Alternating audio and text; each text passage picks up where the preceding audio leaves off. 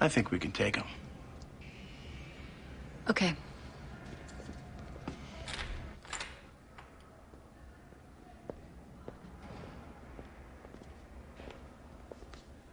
William, this is Lindsay Dole, the lawyer I was telling you about, and this is Jimmy Berluti, also with the same firm.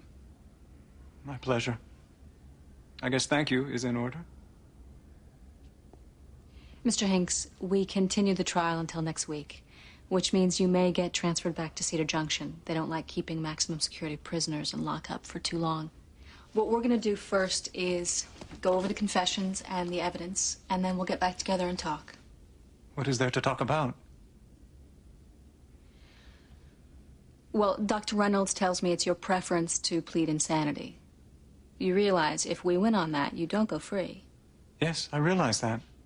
If we could possibly get a straight not guilty. No. I did it, Miss Dole. At least with insanity, I can perhaps be sent to a place where they'll help me get better. Even if that's true, you won't be getting out. The closest diagnosis I can make is that he has delusions, symptomatic of schizophrenia, probably paranoid. Not only does he believe he committed these crimes, the idea of others not believing it is for some reason repugnant to him. But if he didn't do them, he sure gave them a lot of details. Almost all the information he provided in his confession was accessible. There's a whole internet site set up on this killer. A lot of these facts are available to the general public. Jeannie, tell me why you think he didn't do it. For one thing, he's got a lot of holes in his story. I also don't get any sense of anger in him. I don't see the necessary capacity for violence. He's a quiet little accountant who never leaves his house. It's always the quiet ones. I also put him under hypnosis. There, he told a very different story. Which was? Basically that he didn't do it. That he wishes he did it. They found him near the scene of his last victim. He said he has a police radio. According to his story under hypnosis, he heard of the crime, he managed to go there, get into a neighboring cellar, and let himself be discovered there. The police are pretty good about sniffing out false confessions. He is extremely smart. Borderline genius. He also passed the polygraph, which he would if he were delusional. Any chance he could have been faking with the hypnosis? That's what I thought at first, but I don't believe it now. Either way, Jeannie, if he convinced the police with his confession, including an FBI profiler, he'll likely fool a jury. He didn't necessarily fool the FBI profiler. What? I was suspicious. There were certain facts he should have had if he were the real killer. And he didn't. Such as? Times of death he could only approximate. A killer that precise, I'd have thought he'd be clear on time. Positions of the bodies, also the fingernails. What about the fingernails? Well, you saw that he pulled them off all of his victims. And? He actually didn't. The police planted that disinformation for the very reason to trip up any false confessions. Hinks has maintained that he pulled the nails out of all of his victims, just as reported in the papers. If you've checked Discovery, you now know that the nails of the 5th victim were never removed. That's something the real killer should know. But you signed off on this being the guy. Because he did have a lot of very specific details. He was found near the scene of the last one, and when they searched his apartment, they found voluminous clippings, internet printouts, whatever, on each and every previous killing. But he could have collected that stuff to learn about the murders. Or he was the murderer, and he liked to read about himself, which is pretty typical of serial killers. One more thing. The killing stopped as soon as William Hinks was in custody. So you think he's it? I think he's probably the one. But maybe not. Maybe not.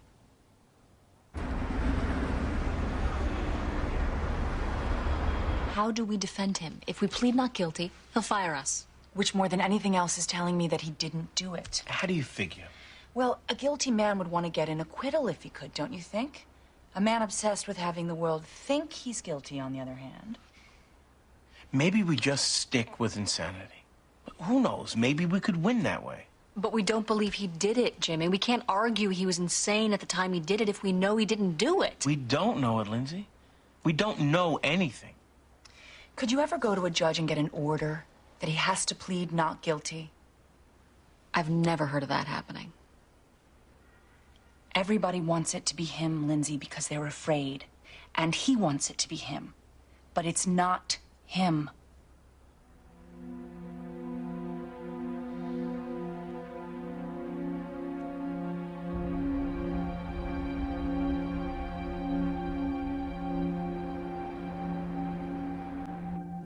I don't understand. Are you arguing insanity or not?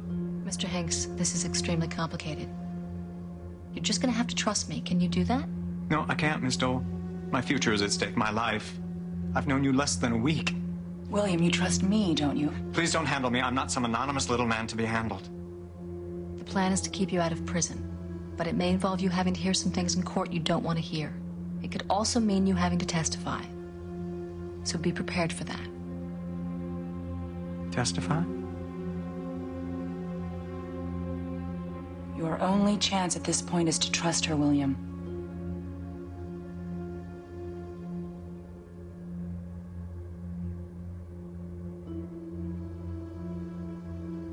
Are we going with insanity or not, Miss Dole? Yes. We're going with insanity.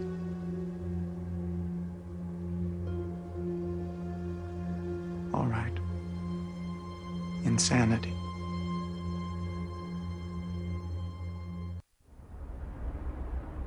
I always chose to drop the weapon at the scene, relieving myself of the worry of it ever being found in my possession. The gloves I would either burn or dispose of at the right opportunity. Why the fingernails? Souvenir, I suppose.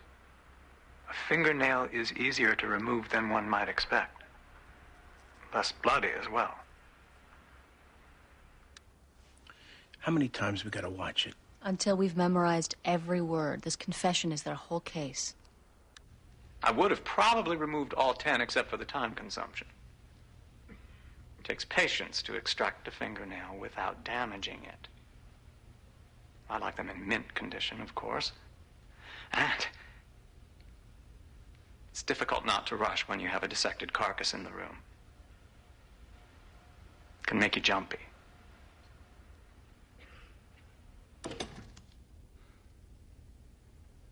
We will introduce more of this tape during the trial. But the footage that you just saw will be introduced as evidence of the defendant's clarity during his confession, his precision, his careful choice of words. He had just committed a murder and dismemberment 3 hours before this interview. This was a man in control, a man who understood the nature and the quality of the horrific acts he had committed. The evidence will show that these crimes were carried out with detailed precision, with thorough premeditation. The evidence will reveal cold-blooded murder, executions, if you will, committed by a man who knew exactly what he was doing.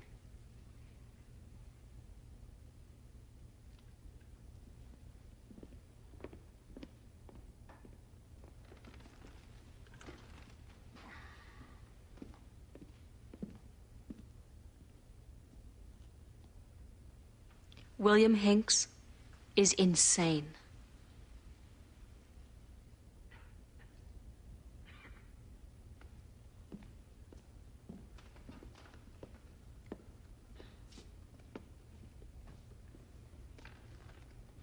All 9 victims had dogs. Mr. Hinks met all of them in various parks and streets while walking his dog. And you learned this how, Detective? From his confession. Then he would telephone them, always from a public phone booth, make a date or plan to see them, be let into their homes, and he'd kill them. From your experience, did these killings appear to be acts of uncontrolled behavior? No. Why is that, sir? First of all, they were meticulous. Other than the mutilations, which of course were bloody, there was never any evidence. No fingerprints, no DNA. The weapon was always carefully placed next to the torso. The first wound was always fatal. How could you tell that? There was never a sign of a struggle. Plus, the coroner's report would always confirm this. Is it your testimony, sir, that a killer acting outside of conscious control could never act in a meticulous manner? It's not the norm. Is it possible? It's possible, but... Thank you. You've answered the question. Actually, I didn't, counsel. I'd like to complete it. It was a yes or no question. But it was evidently not a yes or no answer, Your Honor. The witness may complete his response. If the last victim hadn't hit that silent alarm, if we hadn't found the defendant in that basement, he'd still be out there.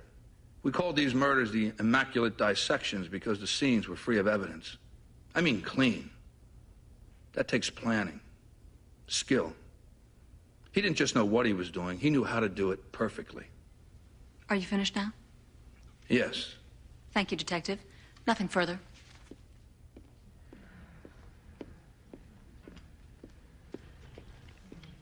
Mr. Hill? Prosecution rests, Your Honor, saving our psychiatric evidence for rebuttal. The witness may step down. The defense calls Dr. Gene Reynolds. All set. I think. Watch yourself. Don't worry. Could you state your name and occupation for the record? Gene Reynolds. I'm a criminal psychologist. Could you briefly describe what you mean by criminal psychologist? It's basically how it sounds. I've spent 10 years treating patients charged with violent crimes, as well as studying behavioral patterns of repeat offenders, including the patterns of serial killers. Dr. Reynolds, did you have opportunity to treat my client, Mr. William Hinks? I did. Did you have opportunity to discuss with my client the crimes which he is currently being charged with in this trial? I did. Did you form any medical conclusion as a result of this treatment? Yes. Could you please state that opinion for the court? I do not believe Mr. Hinks killed those women.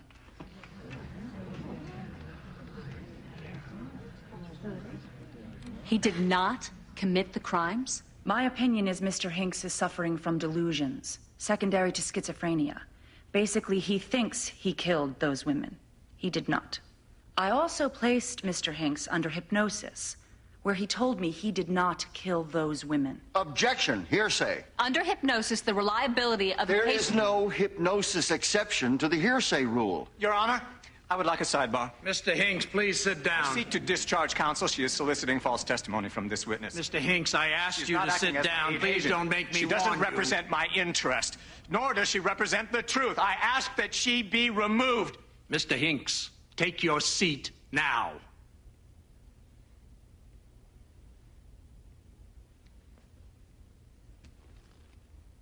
I am very confused here. You entered a plea of not guilty by reason of insanity. Defense seeks to change that plea to a straight not guilty.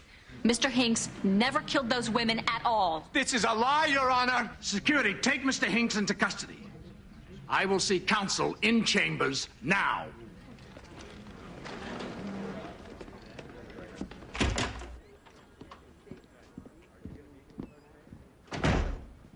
What the hell's going on? He didn't commit the crimes. Wait a second. It was your intent all along to argue this? Yes. You committed a fraud on the court, counsel. You filed an affirmative defense of insanity. We had to keep it from our client. That necessitated keeping it from the court. You kept your strategy from your client? Your Honor, he's delusional. He not only thinks he did it, he wants others to think he did it, which precluded us Then you going... should have had him declared incompetent to stand trial. He would have passed the competency test easily, and we'd be right back in court. You do not commit a fraud on the court or the district attorney. These circumstances warranted us No, doing they this, Your did Honor. not, counsel. Yes, they did, Your Honor. With all due respect, William Hinks was prepared to let himself be convicted for a crime he didn't commit. That's a bigger fraud. A fraud that leaves the real killer still out there. And how do we know that this isn't a trick? If the defendant does not agree to the change of plea, he has an automatic grounds for a new trial. This isn't a trick. You have my word as an officer of the court. That doesn't solve it. You cannot change the plea without the client's consent. The man has fired 2 previous attorneys who wanted to prove his innocence because he doesn't want to be innocent. We had to keep him in the dark. And that meant keeping the court in the dark. And if he loses, his next lawyer will be in here arguing your incompetency for filing... Look, this is an unusual thing here. We got a defendant whose sickness prevents him from wanting to be found innocent. If we had pled straight not guilty, he would have fired us, like he fired the 2 guys before us. He would have went out and eventually found the lawyer to tell his lie. And as I said, in our minds, that would have been the biggest fraud. Who the hell do you think you are? I'm your doctor, William. No, you're not. Do you get that? No, you are not. You are all discharged. That can't happen. The judge has ordered us to stay on.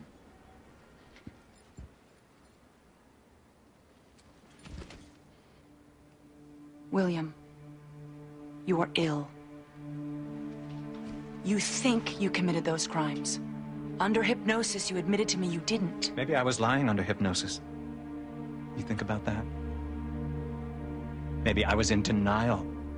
For God's sake, I killed 9 women. I can't be in denial.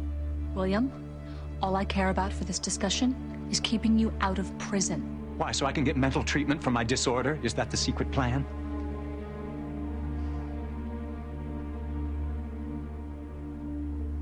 I'm testifying. We don't think that's I have a a right good... to testify, Miss Dole. If I'm competent to stand trial, I'm competent to make this decision. I will be getting into that witness chair. You cannot prevent that. I'm testifying.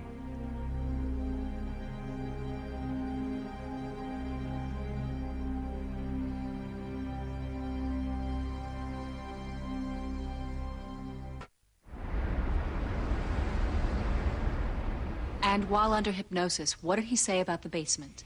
That he'd heard about the crime on his police radio, together with the suspicion that it was this same killer, and went to the scene. Police were all over it, so he broke into the basement 2 houses away. I renew my hearsay objection. This is all being asserted as the truth. Mr. Hill, your objection is noted and overruled.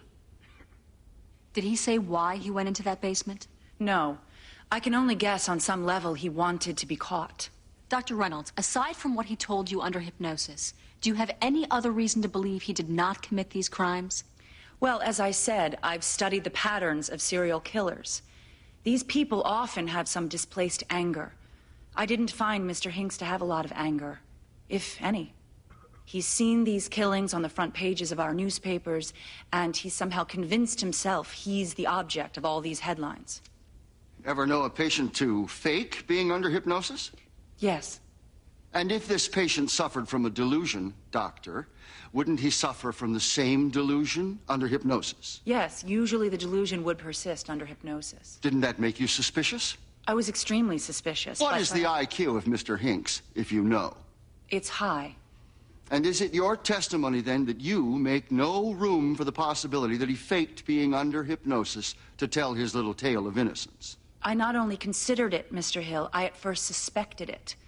But when he kept insisting that his lawyers not declare him to be innocent, when he fired lawyers for endeavoring to prove his innocence, I knew then he couldn't be faking. Well, she's simply wrong. What more can I tell you? Dr. Gale, did you consider that this could be a false confession? It's one of the first things that we look for, but in Mr. Hinks' case, I determined his confession to be genuine. And on what did you base this opinion, sir? I've been a clinical and forensic psychologist for 33 years now. It's what I do. And contrary to Dr. Reynolds' findings, I consider Mr. Hinks to be consumed with rage. He lived alone with his mother growing up. Though not physically abusive, she was emotionally punishing. The gruesome acts committed here, the dissection of the bodies, these are acts of hatred. These murders are very much about punishment. Dr. Gale, I'm going to play for you a portion of his confession. If I could have figured out a way to dismember them alive, I would have done so. But fear of getting caught was a deterrent there. Still, I would have so loved to have extended that look of pain in their faces, that look of horror.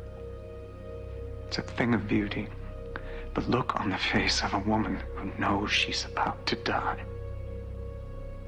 They write in the papers, why do they do it? Why do these killers do it over and over and over? It's that look. You think you'll kill again? Oh, yes. I'll get out of this. You just watch. And I'll know the joy of that look again.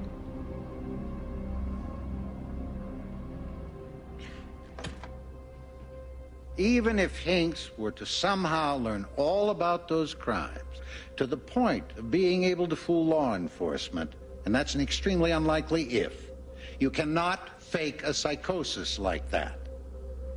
Sitting at that table is the man who mutilated those women.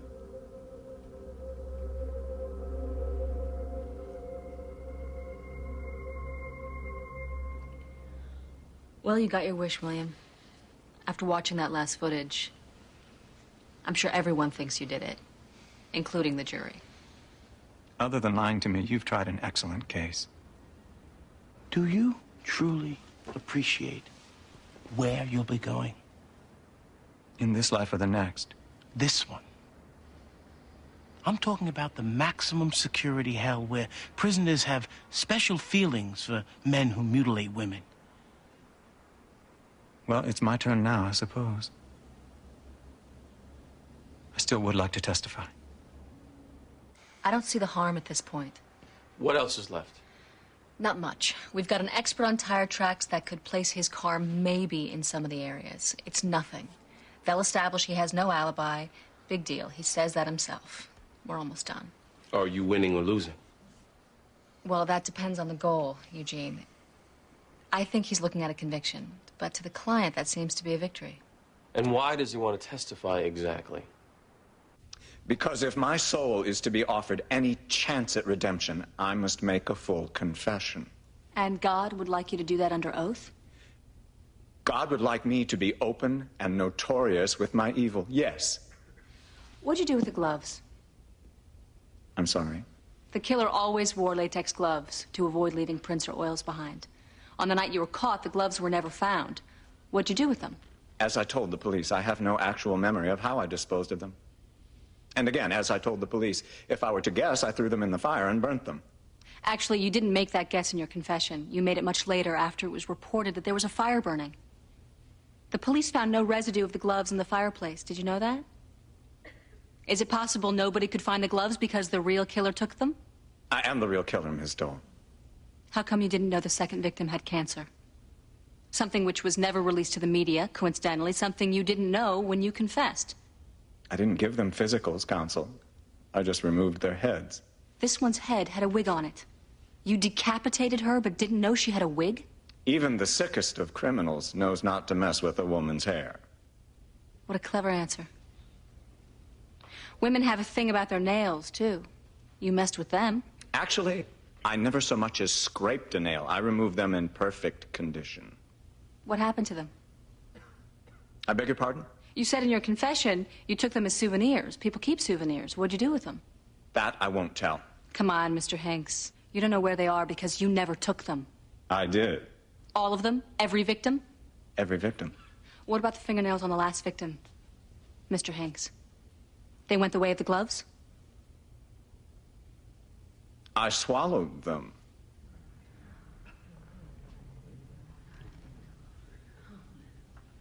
What about the fifth victim, Mr. Hanks? Angela Barton, you remember her? Pretty. Quick-tempered, lost her head easily. Did you remove her fingernails? One by one, made difficult because she bit them. You didn't take her nails, Mr. Hanks. Not Angela Barton's. The police conceal information for the purpose of flushing out phony confessions. In your confession, you talked about removing Ms. Barton's nails before you incised the hands. The thing is, Mr. Hanks, when you go to trial, the prosecution has to hand over all exculpatory evidence, even the stuff the police concealed. And what I've now learned, the nails of Angela Barton were never removed. It was reported that they were, so you confessed to doing it. So I forgot. It was 4 victims ago. They blend. You forgot. You forgot a lot of things, Mr. Hanks. You could never remember the colors of carpets, the layouts of rooms, the types of drapes. I was killing people. You think I was going to take time out to notice fabric? This killer noticed everything. He was meticulous. Please don't talk about me as if I were not in the room. What about the 10th victim? There were 9. 9 reported. There was a 10th. Never confirmed to be one of the serial victims because she died by a gunshot wound. Objection. Overruled. Her fingernails were also pulled out, limbs and head amputated. Your work, Mr. Hanks? Objection. She's Ask deliberately... the counsel not interrupt or steer the witness. Mr. Hill, you will sit and remain quiet. Your work, Mr. Hanks, or another killer who likes fingernails? I didn't think the police knew about that one. So it was your work.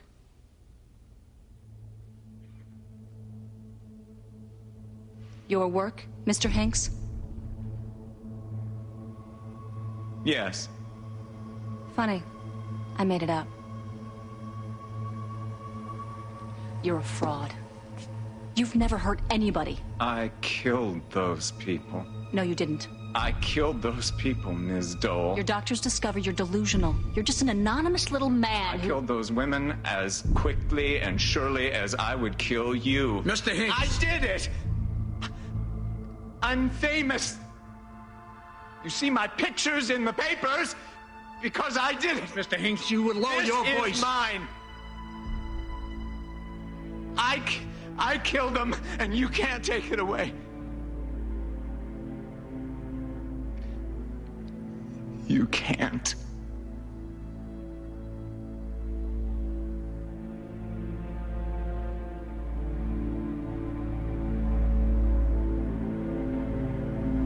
Okay, Mr. Hanks.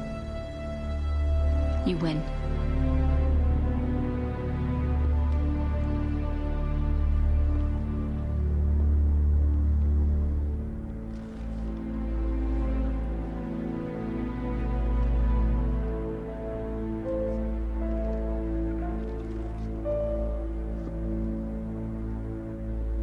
Forgive me, Mr. Hinks. I was just trying to decide whose performance was better here, yours or Ms. Dole's. Objection. Sustained. I have nothing for Mr. Hinks.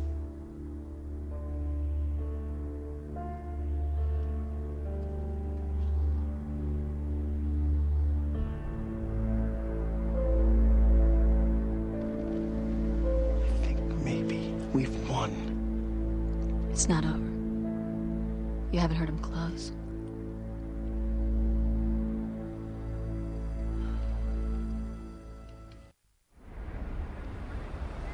No physical evidence. No witnesses. Just a confession from a paranoid schizophrenic man suffering from delusions. A man desperate to believe he's something he's not. You heard his treating psychologist. You saw him in that witness chair. He's ill. But he's not the sick man who committed those crimes. For this so-called confession, he was armed only with information that had been published somewhere. Stuff that he'd cut out, downloaded, printed, plastered all over his walls. The things that weren't public information, like the fingernails still being on the fifth victim, oh, he somehow forgot that. Mr. Hinks, as part of his illness, is desperate to believe he's the one. The prosecution, as a result of public pressure, is desperate to believe he's the one. I think on some level, we all are. Because we want this sick person, whoever he is, off the street. But if we really, truly want this killer captured, we better send the message to the police that they better keep looking. Because it's not William Hinks.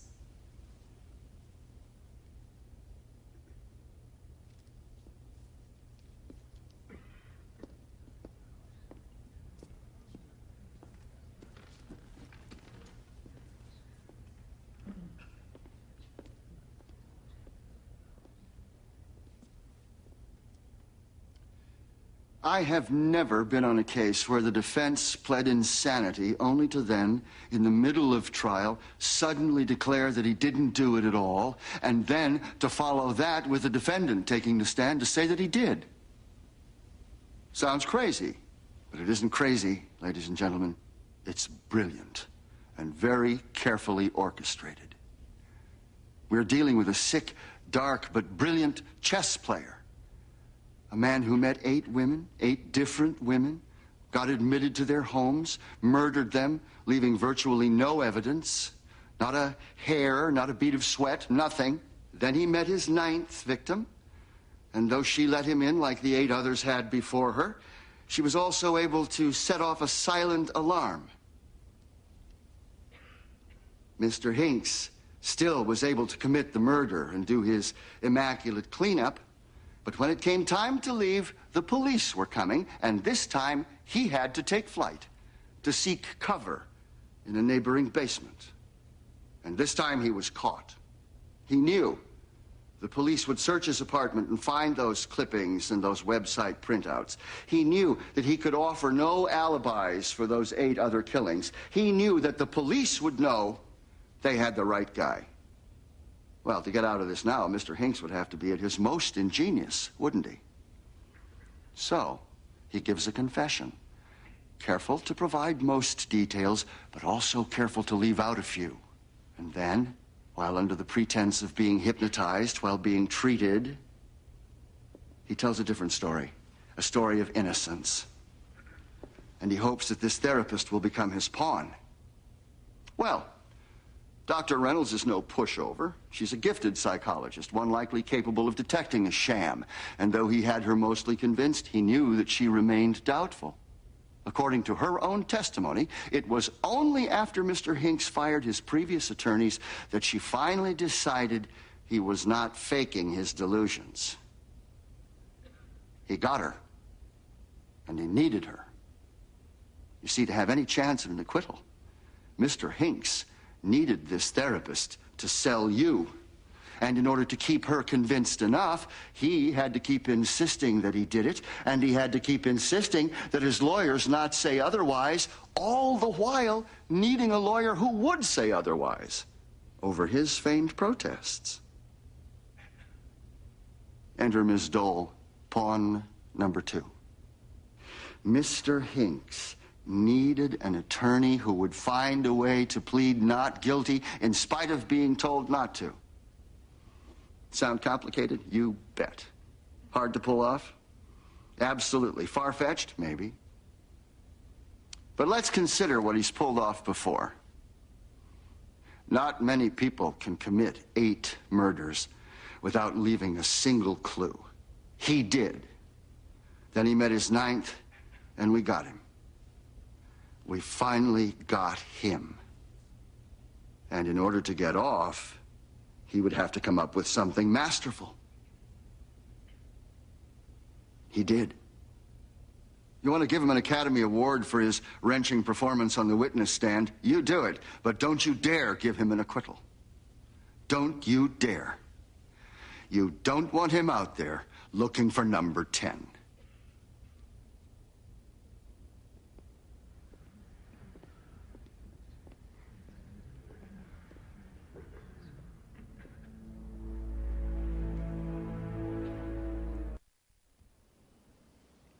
How long?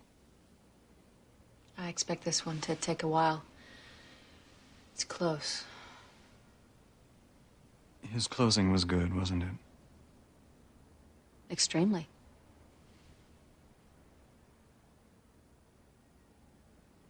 He kind of sold me.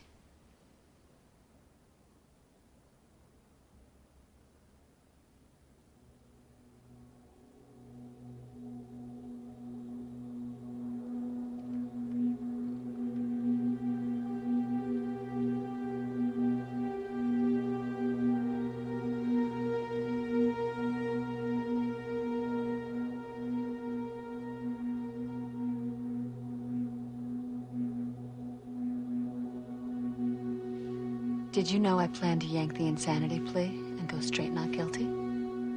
I had a pretty good idea.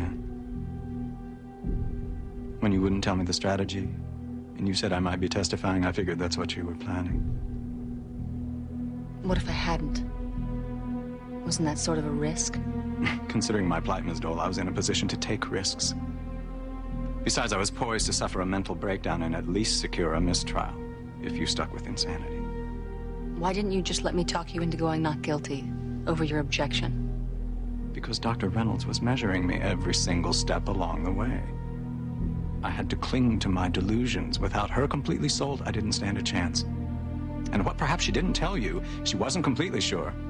She thought I was innocent.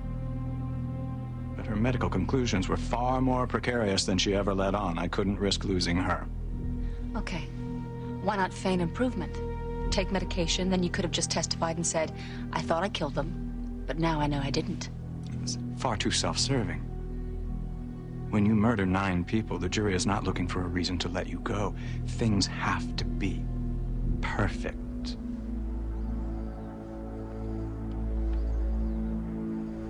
If you get off, you're gonna kill again? Mr. Berluti, if I tell you I'm about to kill again, you don't have to honor privilege, and you can repeat everything I'm telling you now. But nice try. So things went just as you planned in there. I certainly didn't plan for Mr. Hill to be so good in his closing. If he convinced you, I hardly feel overconfident. What about the latex gloves on the last victim? Burned in the fireplace.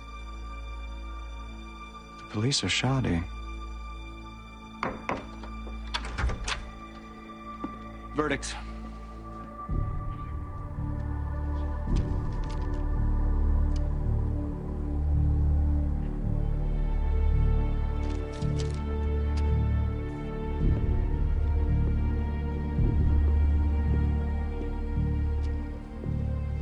All right. Mr. Hinks, will you please rise? Madam Foreperson, the jury has a final verdict. We do, Your Honor. What say you?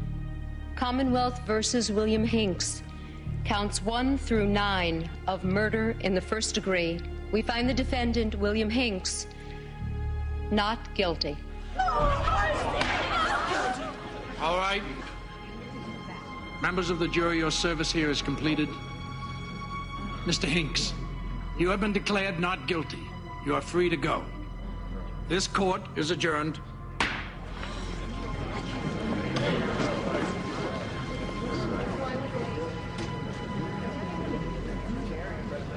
I might go out the back way. Yes, thank you. Thank you both.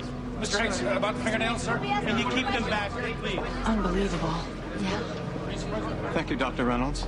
I suppose your heart was in the right place. Yeah. Listen, William, this gets you out, but you still need treatment. Will you let me help you?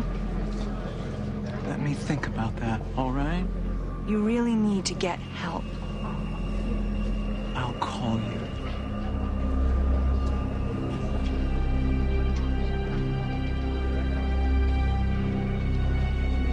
You did it, Lindsay.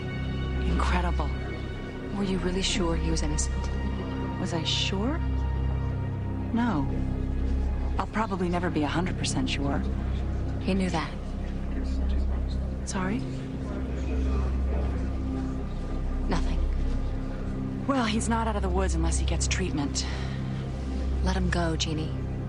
He's ill, Lindsay. Everything doesn't just end with a trial, sorry to say. Especially this one. Let him go.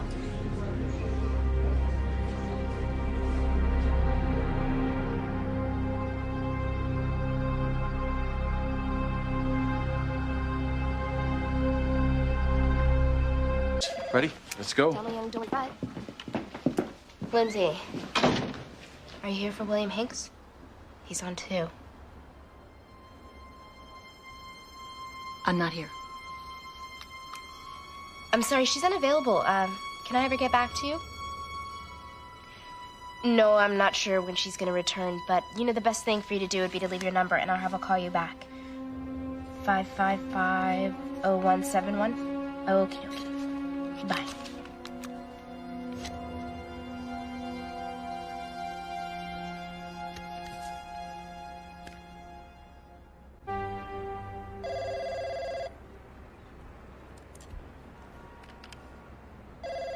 Who's got your private line? Bobby? Why aren't you answering it? Because... Hi. Hi, Who is this? it's William. Are you available now? Well, actually, What is this about? I've been thinking about the verdict. I've decided I want to appeal. You were acquitted, William. Yes. I'd like that overturned. Well, I don't handle acquittal appeals, so you'll have to get another lawyer for that. I'm sorry. Okay. That was weird. Where are you going? To see Jeannie. I mean, this is just getting a little out of control. Oh! Is now not good? What do you want? I have some probate work, and you're my attorney. I'm a criminal defense lawyer. I don't do probate. What are you saying? Our relationship is in jeopardy unless I commit a crime?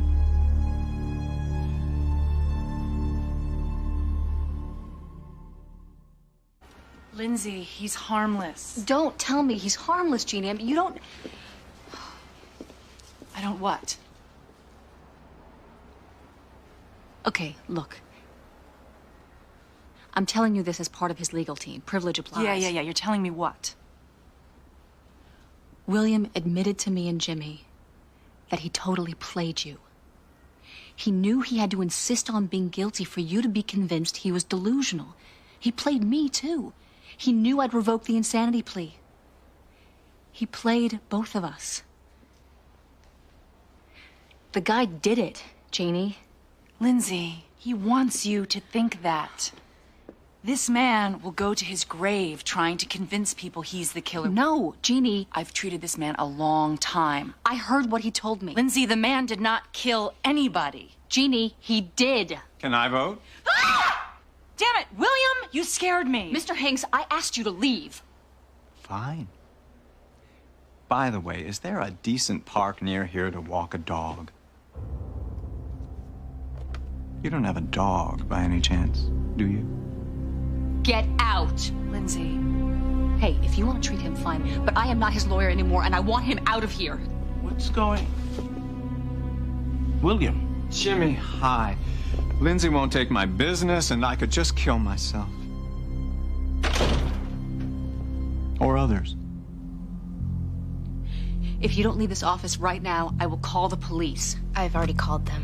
What are you going to tell them? The man has just charged in and tried to hire you? Hey, sicko. Pick a fingernail. 702 Commercial Avenue, apartment 13A. You really should try to buy, you know? You're throwing money away by renting. Sir, we represented you. We got you acquitted. Our business with you is over. You will leave now, or I will physically remove you. Gee. You look like you've been working out, too. Want to try me, Bill?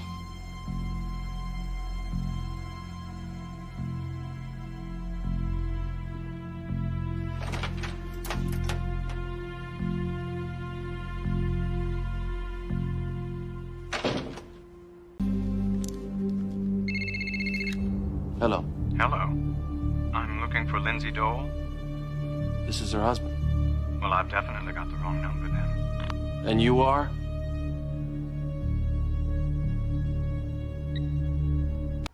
I'd go to the police. But he didn't really threaten me. He said I could just kill myself or others, looking right at you. But even if we could make an assault charge on that, I mean, what would they really do? To him, they might not give him bail. What about telling the police what he told us? Privilege. If we think he's about to commit bodily harm... But we've got no grounds on that, Jimmy. The guy's got my address.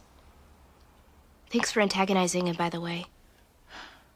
You should talk to Helen, Lindsay. Ethically... To hell with ethics. Talk to Helen. Did he say anything else? My address. The tenor was a threat, Helen. I mean, I know it would be tough to make, but he's scaring the hell out of me. What do you want me to do? Arrest him. Scare the hell out of him. Lindsay, your husband already has me scrambling over this kidnapping. The guy's a psycho. You realize... Just scare him, Helen. Please.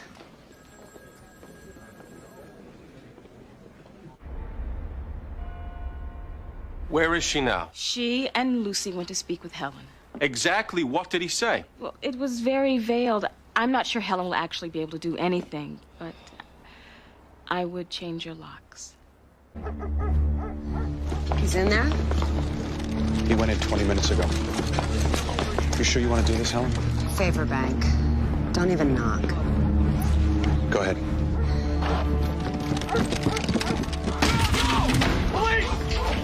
Police! On the ground! Get on the ground!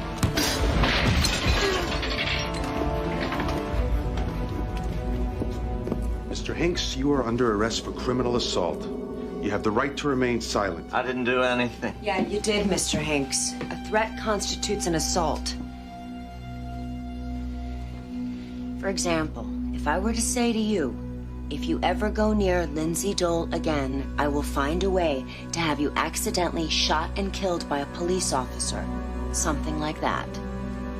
that would be an assault. So I would never say that. Get him out of here.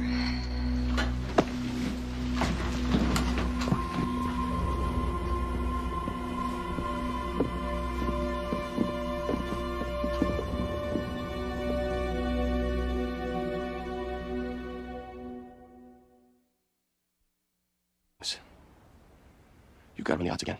I say we close the deal while it's still on the table. He asked whether she had a dog. That's how he met all his victims, walking dogs. He said he would kill himself or others. He stared at Lucy Hatcher and uttered her address. None of this rises to the level of assault. Your Honor, given the history of this man... This history isn't relevant. We can only look at these specific acts, and uttering an address doesn't in any way... If the court would like to hear from Lindsay Dole or Miss Hatcher... This is not an evidentiary hearing, but I suppose the court could also direct questions to Jeannie Reynolds, Mr. Hinks' treating psychologist. She is of the continued opinion that this is a harmless man who just wants people to think he's a killer. Lindsay Dole is in fear for her life, the Commonwealth believes, with good reason. All right, look. I don't see how I can bind him over on the facts alleged here. Here's what I'm going to do. The criminal complaint is dismissed. I am issuing a restraining order requiring Mr. Hinks not to contact, follow, or approach Ms. Dole and Ms. Hatcher, and to stay at all times at least 1,000 feet from them, their homes, and their offices. You understand that, Mr. Hinks? No going near these women. But I'm free to visit Ms. Gamble? I am now adding Ms. Gamble to the list. You are to stay away from her as well.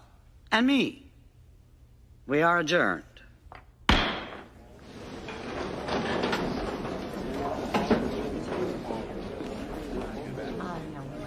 I guess this is officially goodbye then.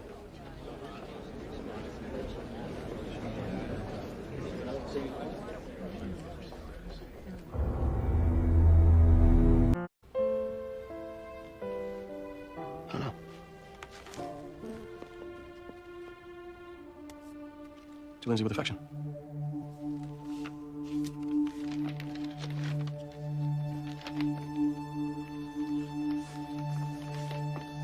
It's a little dog.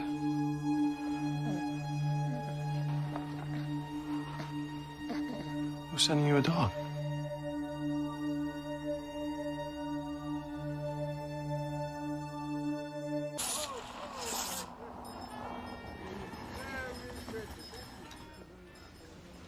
Hi, decaf, no whip, non-fat mocha, please.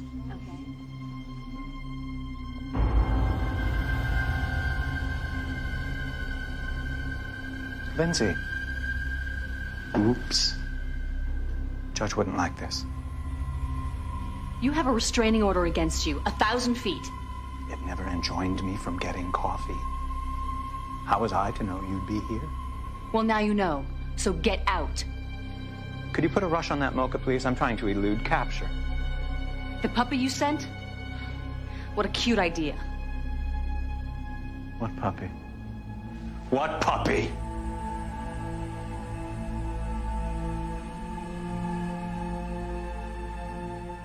But he couldn't give him the top names. Only Reese has them. He won't tell. He's going before the grand jury today. Well, does it matter who went in first? 1,000 feet's 1,000 feet. Okay. Thanks. What'd he say? They can't arrest him. They're gonna pay him a visit and try to scare him again. Yeah, that seems to be effective. He's upset about the dog. He said that? I don't think he gave you the dog, and he's angry that somebody else did. Who? I don't know. Maybe the real killer. Here we go again. William Hinks is the real killer. He's stalking me, Jeannie. The stalking also fits the pattern of his delusions, his wanting to be thought of as... I'm not going to get into this. Look, since you are treating him, I would just like you to prevail upon him not to stalk me anymore. Can you do that? I can't promise I'll be effective, but I'll certainly try. Thank you. And thank you so much for bringing me into this to begin with. His being upset over the dog doesn't make sense to me. Not if he's the one who gave it to you. No, it's like talking to a brick wall. You know, I think she's the one suffering from delusions. Michael McGuire just called. They're on their way to see him. Good. Now, can we talk about you in the Wallace case? 365 Federal? You know, Jeannie thinks because you feel responsible for putting Scott back out on the street, you could be obsessed with defending him here because you feel the need to defend yourself. That is a pile of... It makes sense. It's ridiculous. I'm not even going to discuss it. Bobby... Fine.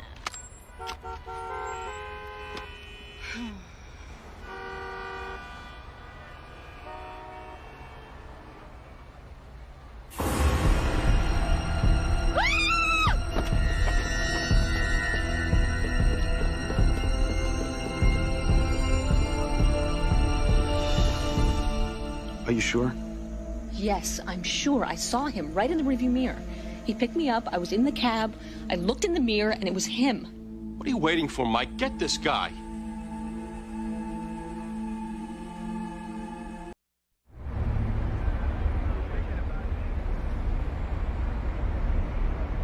Chopper!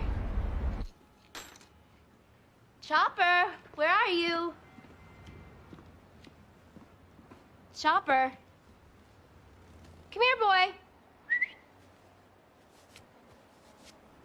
Chopper.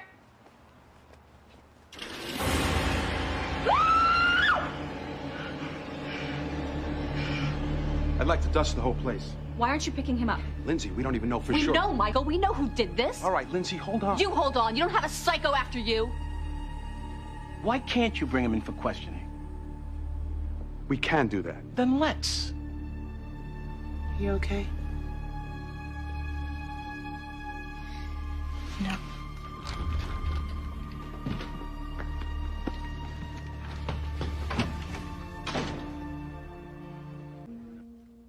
Look, I'm happy to say I've committed multiple homicides.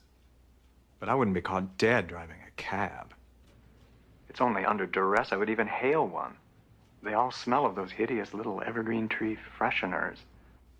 Where were you yesterday afternoon? Belmont. Grove Street Park, walking my dog. Looking to meet a new friend. Were you with anybody? I go alone. In case I do meet that friend.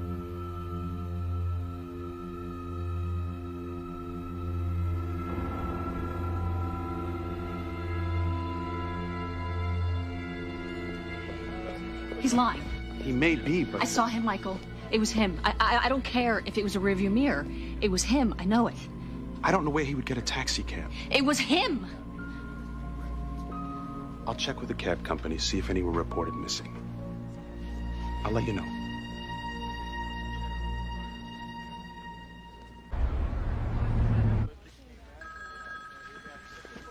It was not a heart attack. Lindsay. I don't care what the doctor said. A woman in her 30s doesn't just suddenly turn up dead. It was William Hinks. I know it. What, he scared her into having a coronary? Did you check for toxins? If she was poisoned, Lindsay, at least order an autopsy. The mother is resisting that. Without some evidence of foul play... Michael, she was treating a serial killer. This wouldn't fit his pattern. I know, but don't you think it's a bit of a coincidence? Lindsay. I know he did it. He killed her. I'll tell you what. We'll dust her apartment, search it as if it were a crime scene. What about the autopsy? You'll have to get the family to agree to that. Been able to tell that? Yeah. Genius. I just can't... An autopsy? This man is ingenious. I just can't rule out the idea that somehow he's involved. Wouldn't the doctors have been able to tell that? Yes. With an autopsy. On the face of it, there doesn't seem to be any foul play, but I just... The idea of cutting her up... This man is meticulous. If she was killed, there isn't likely to be any evidence at her home. Mrs. Reynolds, even with just the possibility that she was killed... You're the only one suggesting the possibility she was killed. An autopsy could be done in a day, maybe 2. I just have a strong feeling...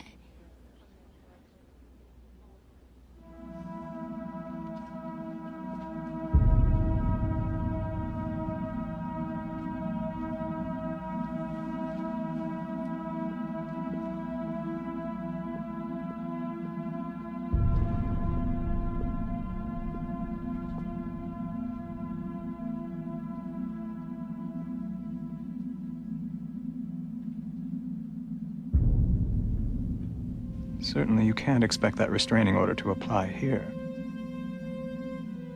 I heard that Dr. Reynolds had a medical emergency. I came down. I had no way of knowing you'd be present. Did you kill her? That hurt my feelings. Did you kill her? In that you asked me such a question within earshot of others, I have a cause of action for slander. Why don't you sue me? What a delightful idea. Be tough to enforce that restraining order then, wouldn't it? With us inextricably embroiled in a lawsuit together.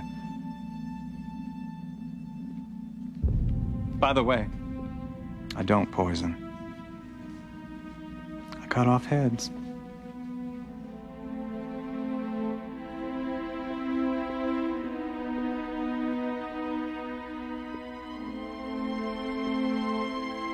That's the man I think killed your daughter.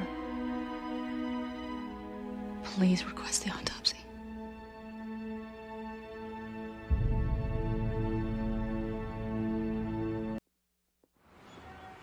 I'm fine, Bobby. Don't keep telling me that. The guy... We've got a guard outside, and they're picking Hinks up. Until they pick him up, the guard goes with you everywhere. I would like one, too. I mean, the guy's got my address, and he looked at me like he was attracted. You get a guard, too. Bobby, we gotta get going. Come on. Everywhere you go.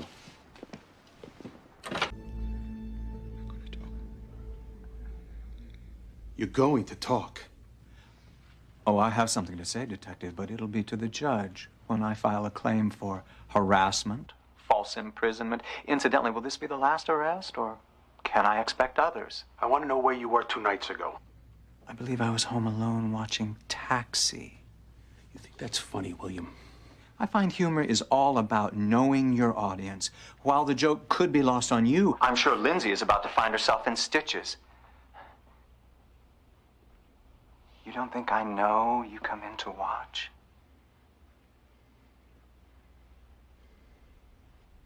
People always know when they're being watched, Lindsay. You, of all people, should know that.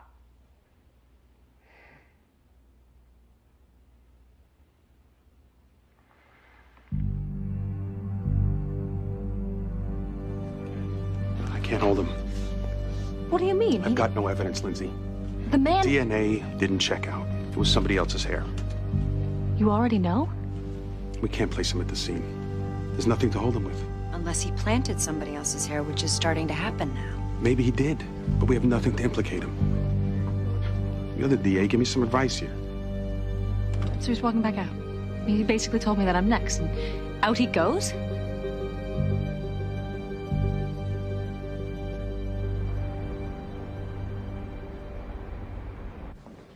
What about just on the threats? They can't hold him on that? Put Helen on. How overt do they have to be? Well, how long do we wait, Helen, till Lindsay... Don't tell me to calm down, and don't tell me there's nothing you can do. Go out and plant some evidence if you have to. You're the police. Bobby.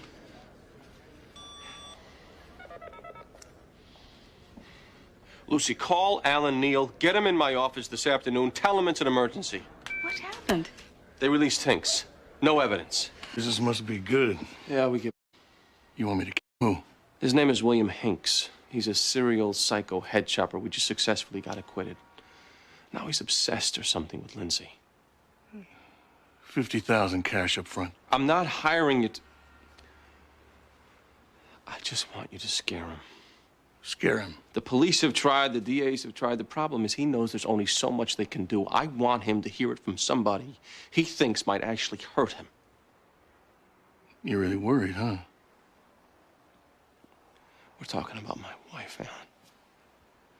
I mean, this guy is sick. We think he just killed his therapist. You remember, I said this day would come? Sorry? You know, when I was looking at double consecutives and you got me off. And I said, someday you're gonna need me, just like I needed you. I also said I'd deliver. Remember that?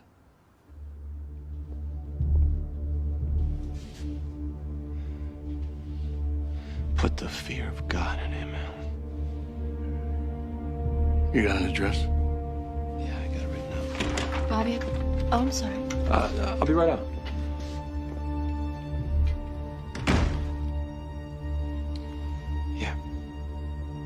pregnant even. I'll take care of it, Bobby. Thanks.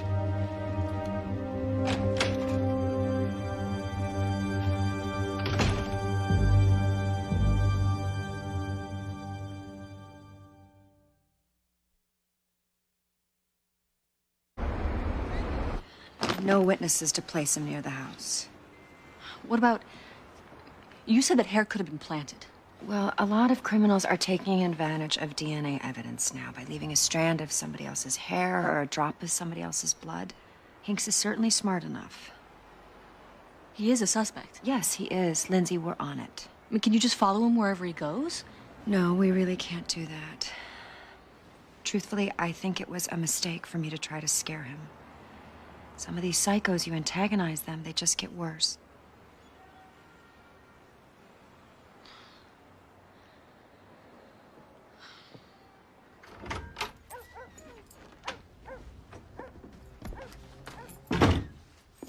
William Hinks?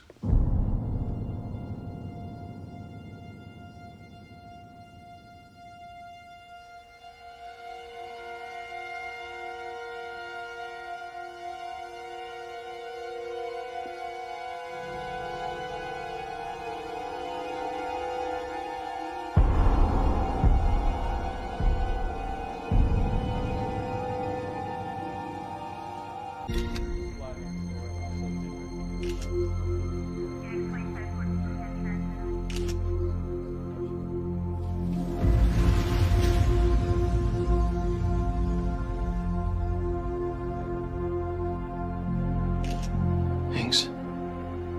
Yeah. Where's his head?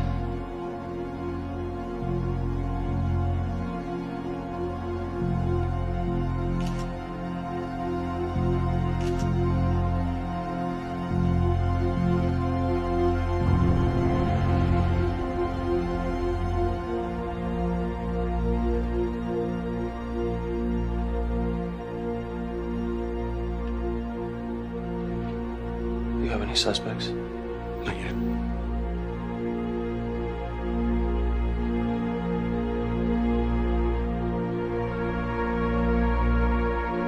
The man you killed was a bit of a security freak. He had cameras. One of them picked you up entering his house. He also managed to activate his phone machine, which partially recorded an exchange between you two. You picked the wrong girl to terrorize. Bobby Dowell's a friend of mine. We got kind of an arrangement going. I kill people, he gets me off. Over the years, I'm in his debt pretty good, so when he calls in a favor... I have a silent alarm. The police are on their way as I speak. Then I better not waste time. Before you touch me, you should know. I have cooties. Well, you're a funny boy. Please?